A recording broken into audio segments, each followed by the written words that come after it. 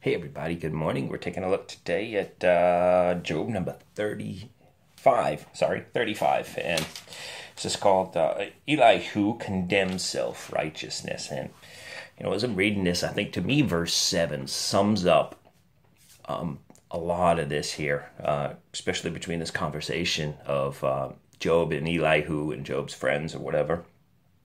But verse 7 says, if you are righteous, what do you give him? Meaning God. And I'm meditating on this and I'm thinking, if I'm righteous,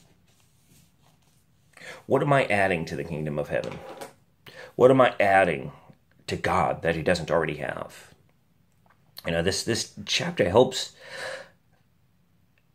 us remain humble here. This chapter helps us from developing pride. You see, there's nothing that we can add to God.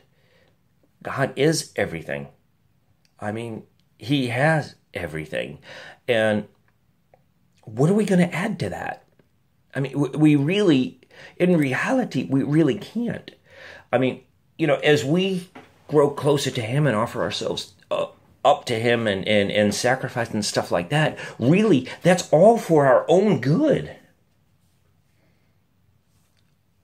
And it's also we can get closer and be more like him.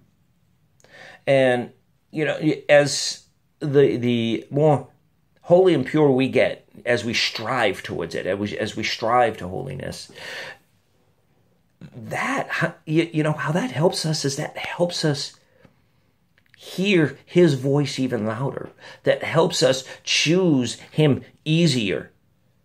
That helps build our faith, that helps build our fire in his word, which is already everything.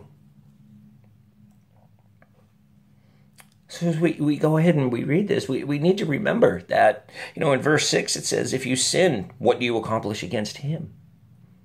Nothing, it's against yourself. If you sin, you're just pushing yourself further away from God. You make it harder to hear his voice, harder to accomplish his will. Does he hurt when his people sin? Sure he does. But the real hurt is in you.